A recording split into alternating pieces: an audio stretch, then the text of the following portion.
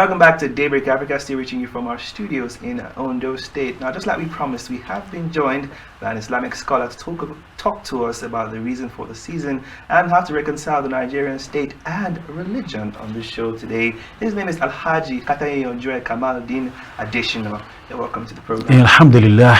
Oh, welcome once again to the program. Alhamdulillah. Glad to have you. Alhamdulillah. All right, so we want to kick off with the most obvious dimension, which is the reason for this current celebration. We are aware it's called Eid Al Adha or Eid Al Kabeer. Can you just shed some more light on that for us, please? Alhamdulillah, wa salatu wa salamu ala asrafil anbiya'i wa imamul mursaleen, nahmaduhu wa nashkuruhu wa natubu ilayhi. Eid Al Adha, the moment we hear the word Eid Al Adha, there is only three festivals in Islam. The first one is a Friday services we observe almost every Friday. It's a festival for the Muslims. Allah ordains it. Likewise, Eid Al Fitr, that is the festive period, the one that is marking the end of Ramadan. Okay. Is a festival in Islam. And the third one is Eid Al Adha. Eid Al Adha is like a festival relating to a feast for sacrificing of animals. So in Quran, Surah Al-Hajj, Quran chapter 22, verse 28, this is where Allah mentions it, that we allow this thing, that is for the Muslims general, that they may see within themselves the pleasure that Allah has done for them. It is a pleasure of Allah that He has given us the power to be in authority of taking care of animal. Likewise, it is marking a kind of worship, tahabbudullah bil inverse, that is worshipping of Allah alone. It represents a way of worshipping Allah alone. That even if somebody does not have the faith, if the faith is not even cooked in you, so you will learn it. We have to learn it from somebody, and that was the similitudes of the Prophet Ibrahim. May the peace and blessing of Allah be unto him, whom Allah has given a kind of that is barren for many years. But for the fact that Ibrahim was not a stupid man, promising Allah that if you give me this child, I will sacrifice this child for you. He's not stupid. It's only related to the activities, the manner of the people of the holding. You know, this issue of sacrifice, when you look into the book that is a textbook called the Book of Sacrifice, when you look at it, you see woman sacrifice is there. We have animal sacrifice. We have other sacrifice also. But the one ordained by Allah is animal sacrifice. Allah removed it from all sacrifices. So, meanwhile, Nabiyullah Ibrahim alayhi salam, it has been a kind of ahya, sunnah to Ibrahim. That is, Allah has made a buoyant stand that everybody throughout the nations in the world will learn from Prophet Ibrahim what is called the standard of faith. If somebody promises Allah that I will kill this child, immediately you give it. If you give it to me, I will sacrifice it for you. You know, it's like some of us, whenever we were sort of a blessing and we want to request from Allah, we go we go more than we even promise more than what we can do by saying that oh Allah, if you give me this thing, if you provide this for me, I will be giving it to the poor. So when these people get money again, they won't remember the poor again. Those are the promises that people have been failed in observing them. So likewise, Prophet Ibrahim gave the promise, and he was reminded by Allah when he sees it from the dream that Allah sent angel Gabriel to him to remind him. Then when he was reminded, he woke up and now said, crying that, oh yeah, I promised that I will sacrifice this boy. So but Allah, in Allah's wish, Allah does not want people of his way, the Israelites by then, to be sacrificing human being. So but till now, yet in Nigeria, human sacrifice has not yet been ended. And the alternative has been given by the Holy Quran. Islam has given us the alternative, sacrificing the animal on which we have the authority to control. We have authority to hit them. we have the authority to use them for anything else. If even Allah even giving a form of respect for this animal, that you might not be slaughtering them for null. That is, even when you want to kill them, they have to be respected. You mentioned, that is, that fast, Quran chapter the 22 verse 28, you should mention the name of Allah before you slaughter them. It is Allah who gives them to you. Then before you give them back, Allah says, in the Holy Quran, la yanalu luhumaha minkum, walakin yanaluhu taqwa minkum. Allah does not look into these animals. It does not need your meat. It does not need your it doesn't need the blood. Walakin yanaluhu taqwa minkum. Allah just want to know, how fear, what conscience do you have? What God consciousness do you have in you that has bided you killing that ram? Some kill their rams probably because they want people to know that they killed the most costly ram of 250, 500,000. Some kill it, they slaughter their rams probably because of they want to show off. So you kill the ram. Even if you have more than that ram, killing ram is better than using cow. It's better than using a cow, and killing cow that is better than using cow and camel. Use the camel, which is very costly. You see the price. Likewise, what? But the best thing in order of priority. So Allah want us to sacrifice for the fact that He want to know, how do we fear Allah? Even it is mandatory for those who used to rear animals. Apart from taking zakat out of your wealth, zakat. That's like more like the Christian way of yes, for tithe and in the sort of offering. But zakat is a compulsory step for those that are rich, the richest among the Muslims only. It is compulsory for the richest only. Why that sadaqah, which is called giving out charity, voluntary charity, is compulsory for everybody. Okay. So the one that is compulsory, you take 2.5% out of the complete wealth. And anything called wealth, you know how much is it? A wealth, if it is money, something that is measurable, up to something like 1.4 or 5, between 1.4 or 5 million, according to Nigerian money. So if you have 1.4 or 5 as a wealth, as something you hold in custody, so you must give 2.5%. It is not like that of the Christian, you give 10% every month. I don't know if it is every month, I'm sorry to say that. So, but it is 2.5% of your total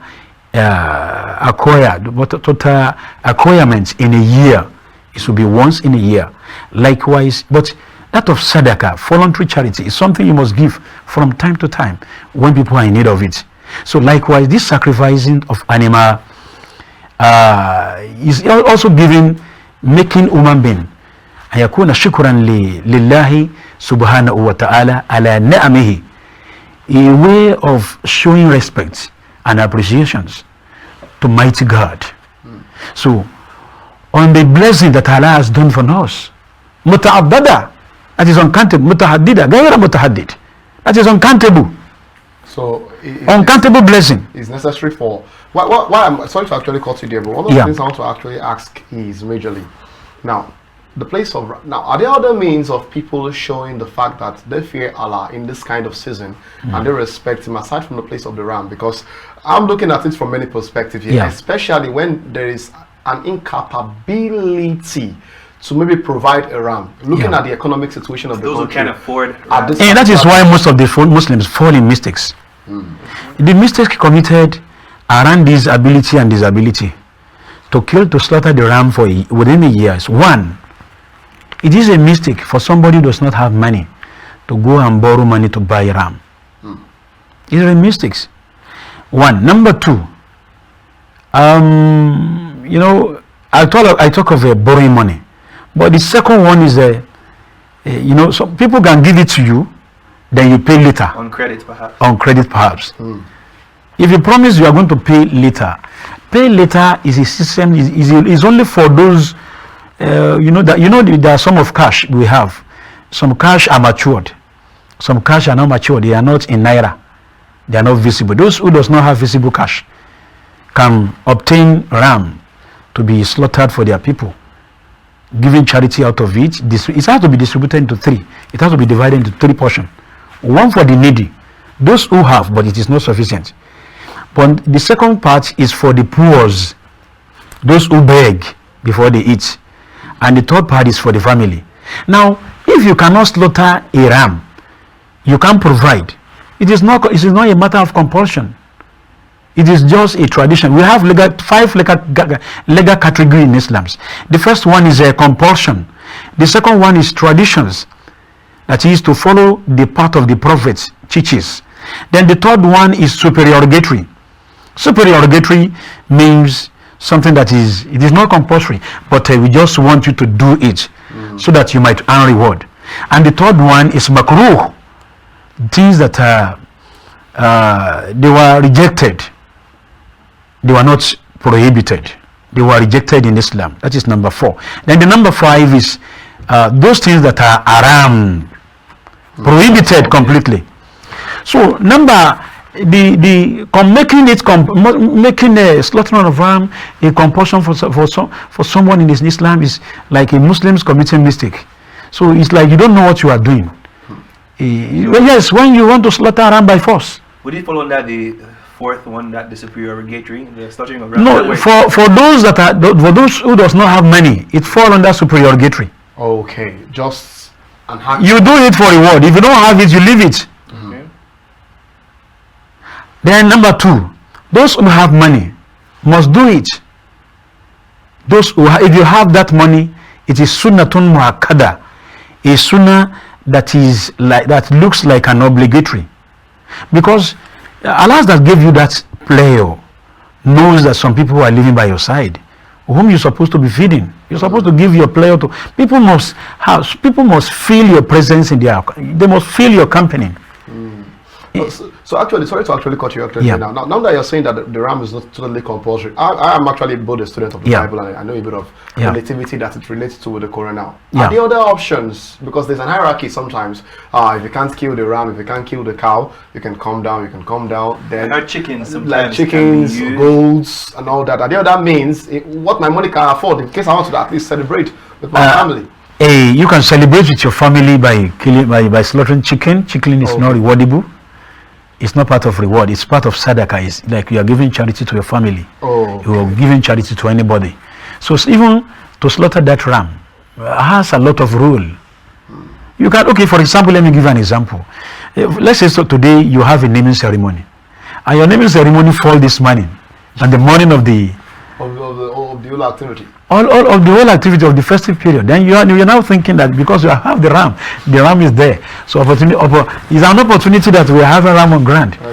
So the moment you kill the ram, we are using it for the akika. No. You can't subsidize a ram for the festive period for the naming ceremony. The naming ceremony has its own sunnah. It's a tradition of the Prophet. So if you have the capability, you can slaughter either ram or misoso or any animal, anything that is for the 2 for the male and 1 for the female. So if you can slaughter it after 7 days, then after 14 days. If you cannot have it, that is 7, 14 and what? 21. So if you don't have on the 21st day, so you have to leave it alone. It has fallen into the 3rd legal category. Supererogatory. It is not compulsory. But now for the ram, if you cannot slaughter ram today, you can slaughter it in the afternoon or in the night. But today you cannot make it. For the 2nd day you cannot make it. That is why it's a sunnah. It is a tradition of the Prophet, but the operation is different. You can't subsidize 1 for 1. So if you cannot slaughter it 1st, 2nd, 3rd, handed 4th day.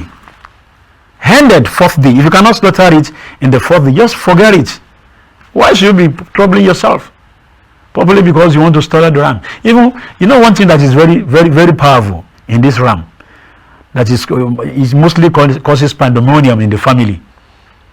To buy a ram of 120,000 dividing it to 3, which means 2 parts of it is going out. Only 40,000, 80,000 there. 80,000 is going out. Then 40,000 how much? That is 40,000 for the family. Now, even if you look at the number of the people you have in the family, you are now thinking, how would they hit a 40,000 meat? How do you be satisfied? I'm dividing it to 2, Jari. Oh, it's nonsense. You are not following the law. That is why we call it sacrifice. It's about giving. So the one you give should be more than the one that you know, sacrifice. In the meaning, deep meaning of sacrifice, forcing yourself to observe a rule of Allah. That Allah says this is how you should go. Then you don't want to observe it. You know, some people have the larger family that can hit a complete ram. Then on that, you can intentionally say, we are enough in our family to hit this ram. Now why will I be dividing it? We are enough here. Don't give it to anybody. So if I give it to one we call it in time, maybe 20 naira meat. So we take it 1-1. No. So 1 part is yours. Why do we call it sacrifice? Do you think it is by slaughtering that we mean by sacrifice? Okay, I want to quickly come in at this. That belief you have. Okay, I want to quickly come in at this particular. Aside from just the rights goes in line with the slaughtering of the animal. Yeah. Other that words can you give in terms of the way people should conduct themselves during this period, during this festival? Now the conduct starts from when the festival is remaining almost about 11 days. The first 10 days is the 10 days in the Holy Quran that Allah says it is one of the best days in the year for the Muslims. You can observe fasting throughout for 10 days before the day of slaughtering of the ram. You have to be reading. You have to be conversant with reading of the Holy Quran from time to time. Number 3, you must stay exclusive. That is a state of consecration, like somebody who is observing an Hajj, like somebody with some pilgrimage to the Holy Land. You know, those who are on pilgrimage at Mecca, Medina, they will be observing different rites from day to day within that first 10 days. So you have to join them at home. That is why one of hadith of Abu Salma says that one of the tradition of the Prophet says that those who are at home, who have it an intentions to slaughter their ram, so please emulate those that are observing the pilgrimage in the Holy Land by not cutting their nails, by not cutting their hair, by not shaving their hair, or by not killing anything till the day you will slaughter the ram. So it's a way of being in a state of consecration, so that you won't. That is why you see, those who do not have the power of observing if you are not able to observe the fasting for 10 days, you can observe it for 1 day. That people will be on they will be on the month of Arafah. That was day before a day before the slaughtering of ram. So the people on the Muslim will be on the month of Arafah. So they want you to be in fasting. You yourself at home, praying to God, observing prayer, observing night vigil. So those are then even in the morning of the day, you have to take bath. What is the bath? It is not just soap and water. It is being in a state of purity. We call it major bath in Islam. There are 2 types of purification in Islam: minor purifications and major purifications. Okay. So under the major purifications, you observe that major purifications bath when you are preparing to go to eat. Even in the morning, that fasting you observe, you have you continue your fasting from the morning. You should not eat before you shouldn't taste anything. The moment we wake up in the morning, don't taste anything before you go to the heat. It's part of a sacrifice. You have to sacrifice everything for Allah.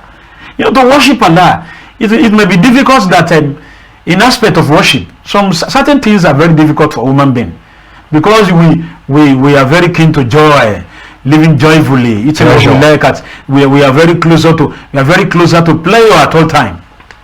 So when you sacrifice everything, so that morning you have to, even they want you to trek down to heat. But today, because of the world of the civilized world we are, And even the insecurities around the country definitely is insecurity does not see insecurity. When there is no insecurity, let me tell you something. During the insecurity, are we not voting in Nigeria? Are they not people? Are that not? You see them observing the local government elections. Are there no election? Why should it be in Nigeria that almost everything, whenever it turns to be an aspect of worship, we now be shouting that coronavirus during election? How many of them using? Even the leaders in the states, Nigerian leaders, you see them doing away with their nose masks. They are nose masks, following the guidelines. And they will not follow the guideline when it comes to the matter of worldly affairs. But when it comes to ibadah, a way where they have to surrender themselves to their Lord, you see them giving a lot of irregular law of environments, guiding the environment, guiding the insecurity. It is then that we now remember. Okay, let's look at Saudi, for example. Saudi Arabia, one lot of programs. I will not expose them. Well, there are a lot of programs going on up and down in Saudi Arabia for long, and other things like that. So you might have seen that on net. But when it comes to a matter of Hajj, you know what Saudi Arabia did? He said, in this country, you should not come to Hajj. So we want to, because of the coronavirus, though it is very good. Yeah, so it is very good not to spread the disease. One thing is that law are not being observed as at when due. But when it relates to the matter that are related to worshipping of Allah, it is then people will now bring their excuses. Okay. They will arise with their excuses. Okay. I think we'll definitely come back to the position of religion and all of this, and the way the country is run and the Nigerian state. But before we dive into it, let's quickly talk more about the celebrations of this. The celebration also. I have a very specific question. Okay. Yeah. I have a very specific question before you continue. Yeah. Now, there's a lot of confusion. I think I raised it during the introduction as to whether or not the appropriate nomenclature for these holidays exist as the single line that we hear. For instance, you hear people saying Eid Al Adha. Eid Al Adha. Yeah, we are aware this is not Fitri. I think this is not Fitri, but they also hear Eid Al Kabeer and Eid Al Mubarak. Eid Al Mubarak. So can you please help us? The three names. All the names. Can you tell us which is appropriate for which holiday and which season? In the Holy Quran, Allah mentioned Eid Al Adha. Okay. When you say Mubarak, it's like you are putting prayer at the end of the. You are putting an appellation like qualifier. Okay. Mubarak in Arabic, Mubarak, bounteous. Mubarak means bounteous, a bounteous Eid. Okay. That is Eidul Al Mubarak, a bounteous Eid, a bounteous festival.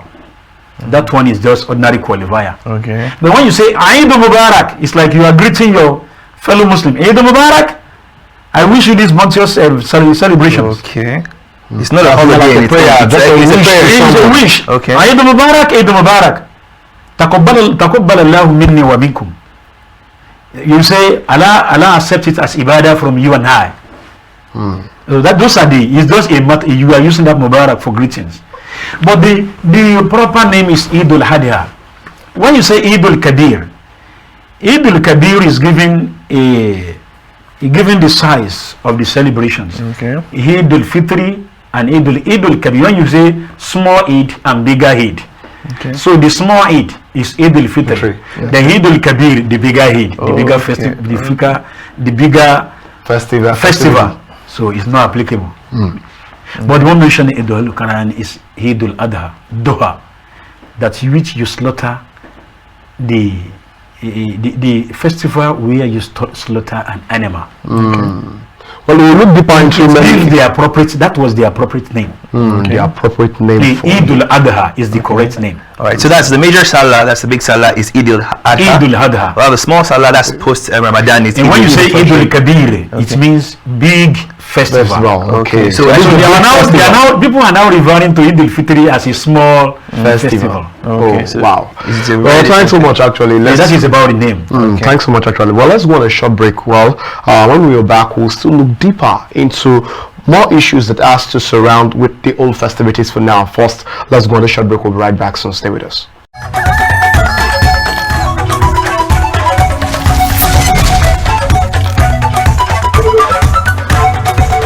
Welcome back to the show. If just joined us, it's still Daybreak Africa, and we're still discussing with our Alhaji Katayeyanjue Kamaldeen Adeshino. We have been discussing about the whole reason for the season, Eid Al Adha. Now, before we went on the short break, we were still doing some explanations on the actual name which we are supposed to use to address the whole celebrations. Now, looking at looking at the Nigerian situation.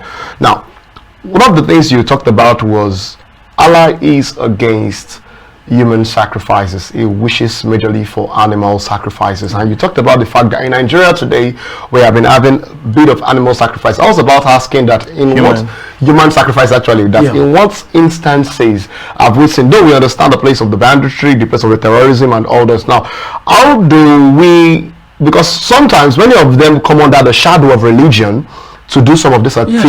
So sometimes we don't understand, because this has given many people a wrong impression, especially of the Islamic religion. What's your take on all this? When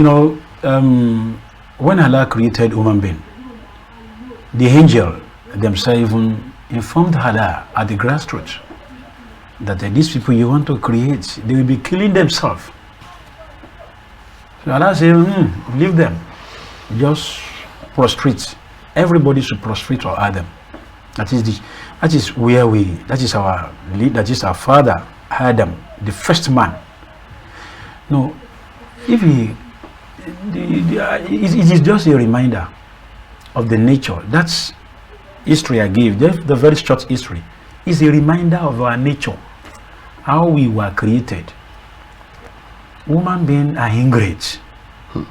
The only ingrate, and let me say the best ingrate ever created by Allah is human being.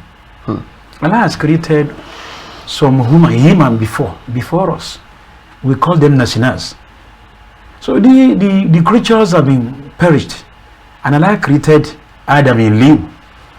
So for us coming to the world to fulfill certain assignments being given to us is in two ways. You either recognize bad and good, then you follow one, the first one. So you either recognize good and bad deeds, then you follow the second one. So that is why we were being divided into two: those that will go to paradise and those that will go to hell by our deeds. So that is why successively in the history of Islam, successively in the history of the Israelites, a prophet comes after a prophet. When Allah sent a warner, we call them a warner. We call them prophets. Sometimes they will be both prophets, that is both Nabi and prophet. They will be anointed. After being anointed, they will now be raised as prophet, as messenger. Some of them were not raised as messenger. But if you look at the trend of history, some were being perished with water. Some were perished with fire. Some were changed to stone. Some were changed to monkey. That is in the Holy Quran. I will be referring to that later. Turn to monkey. Some have been punished by sending mosquito. Some say yes. They have been punished by sending mosquito to them. Likewise other things. So some have been punished by changing their water to what? To blood. So there are a lot of punishments. It is when the Prophet Prophet Muhammad sallallahu alaihi wasallam comes, that he bears a lot, that all this kind of punishment, please stop it and make the day of resurrections their boundary, that whenever they come to you, give them their judgment by them. That is why a tentative what? Justifications. So the day of resurrections was mentioned in the Holy Quran. That is why it is part of Islamic belief that a Muslim, so when you believe in oneness of God, you believe in the prophets, believe in prophets that they are existing, believe in the books of Allah that Allah sent, believe in Qadar, destination and predestination. You must believe in them, that there are certain things that are destined to happen to human being. Predestination, that those things that preceded destiny. Before something can happen to somebody, it must be predestined by Allah, which means between the predestinations and destiny, prayer can work and change that predestination. To change the results. So that is why I said, you know, between the predestinations and destiny, human being can use power of prayer to change certain things. You can mutate in nature. So, likewise, what is happening in Nigeria today? We are obliged to following the path of law, the law of human being and the law of Allah. The foundation of our problem is that we rely on canon law. We rely on the law that are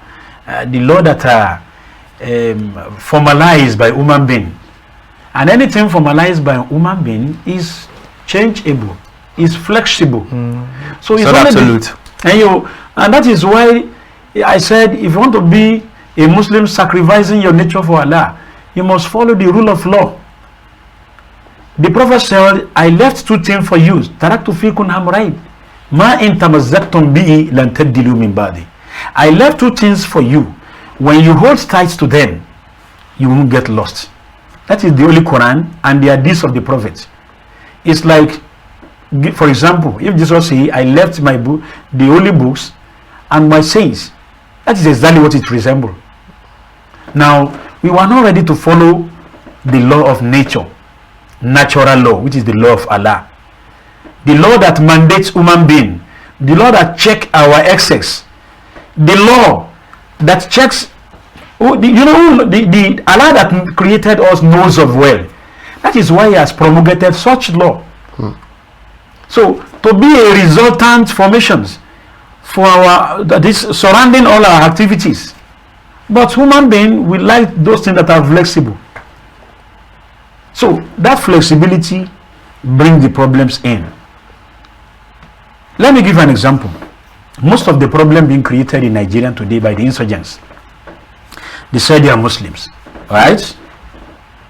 Only because the problem started from the north, where we have majority of the Muslims in the country. Yes. That is why they say they are Muslims. When this problem started in the Bakashi boys started their own, they didn't say Christian. But most of the people living there are all Christian. Why they were not being called Christian? I will give you the evidence from the Holy Quran. Ishakiri, we have problems here. They want to start again now. I think so. It's one of those things you have read from your news.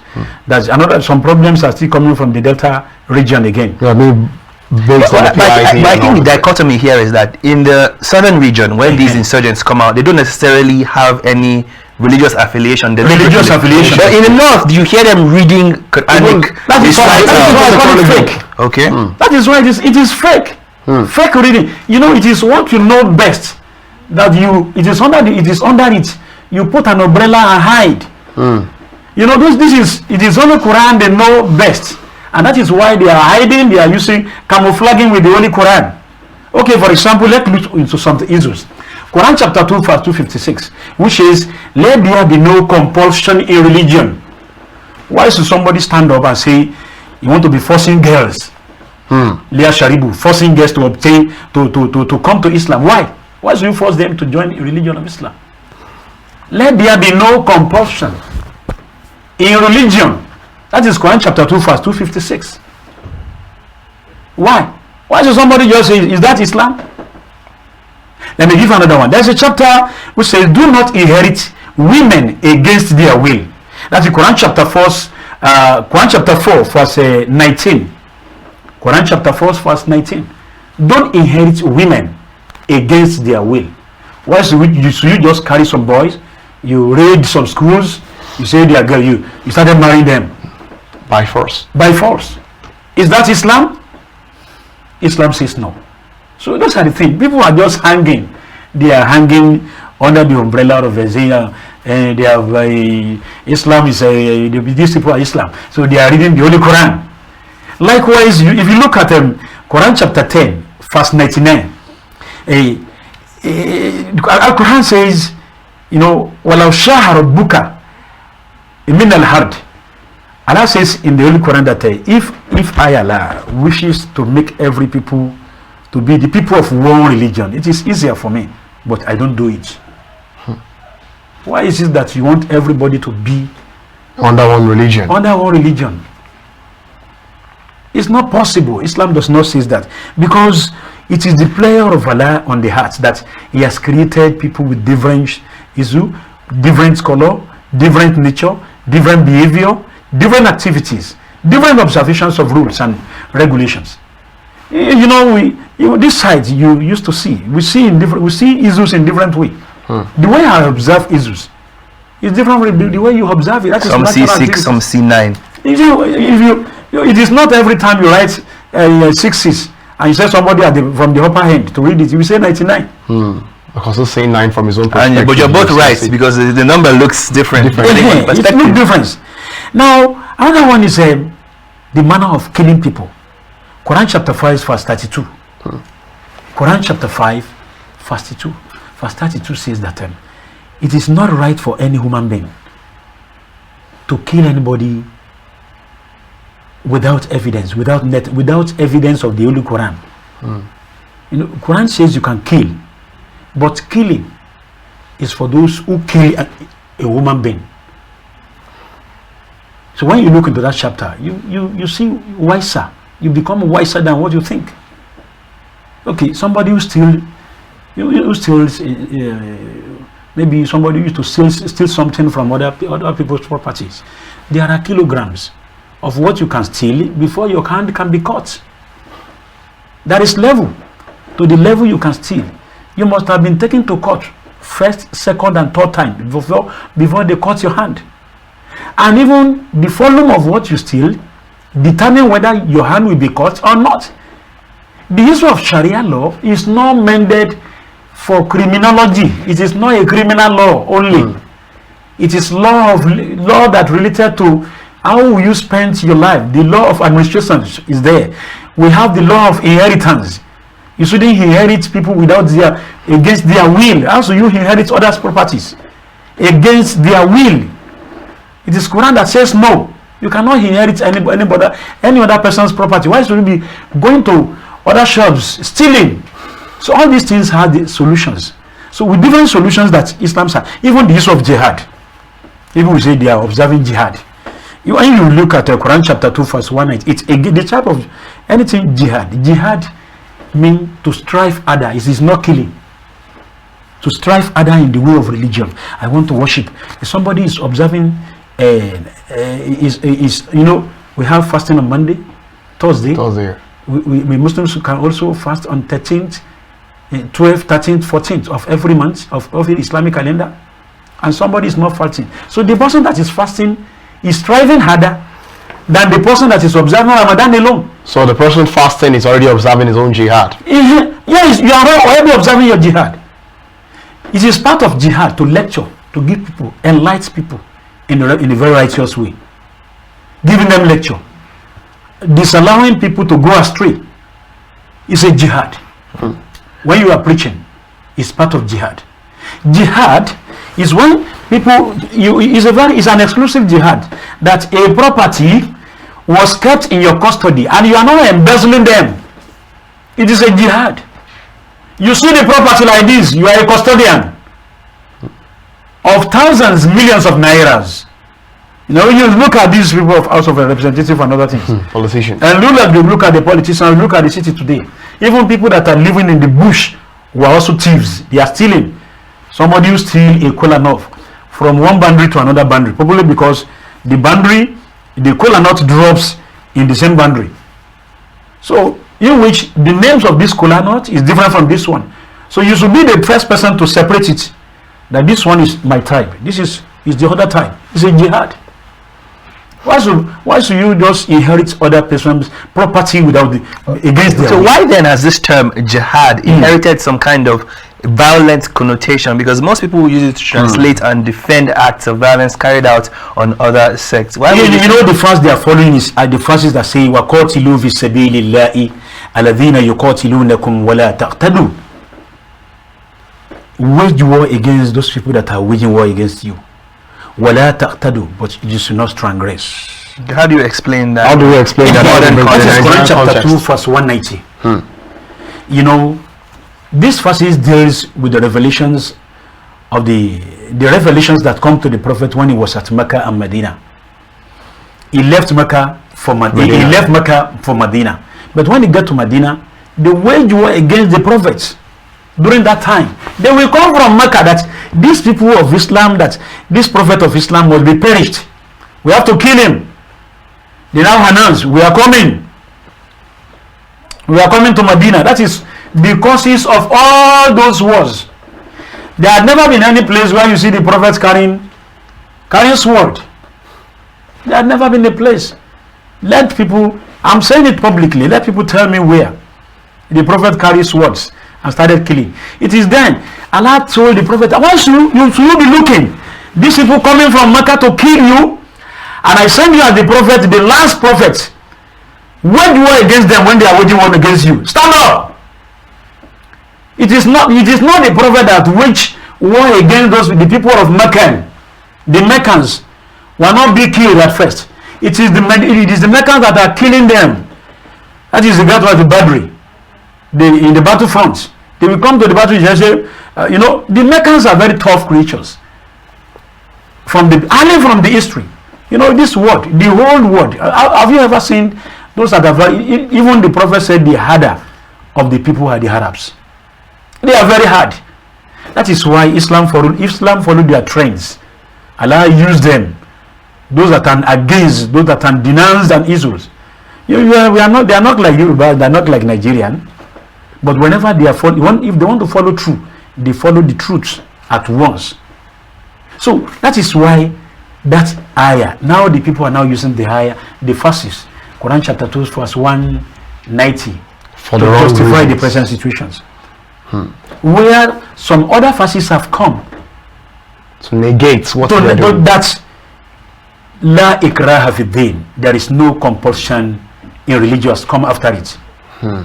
It is then when these people are fighting the Muslims, they kill them in their home. It is, for example, let me give an example. The best example for this fast, where it works in the whole world, is Iraqi and the US.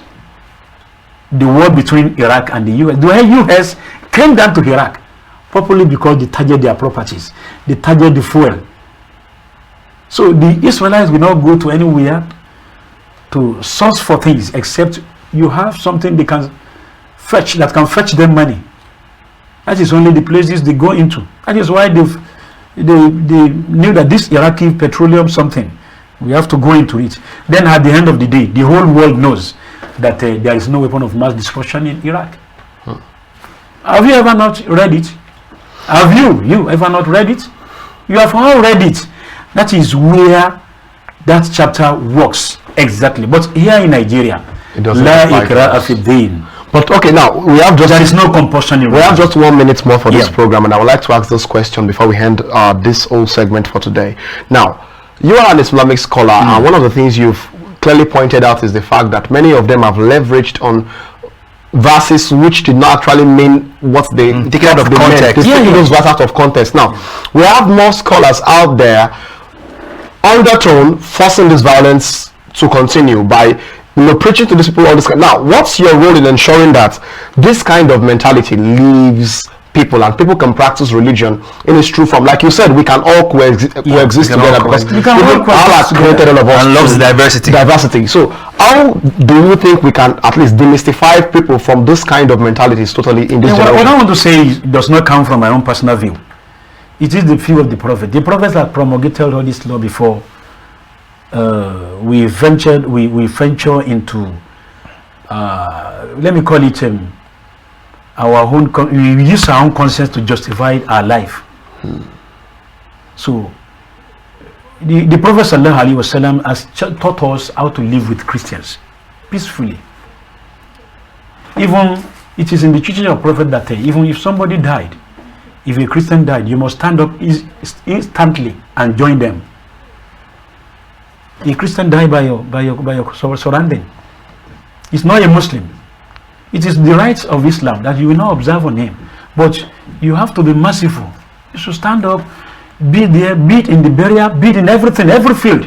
Even if they are going to church, you can go. You go into the church because of that barrier, and that is why we cannot be divided completely.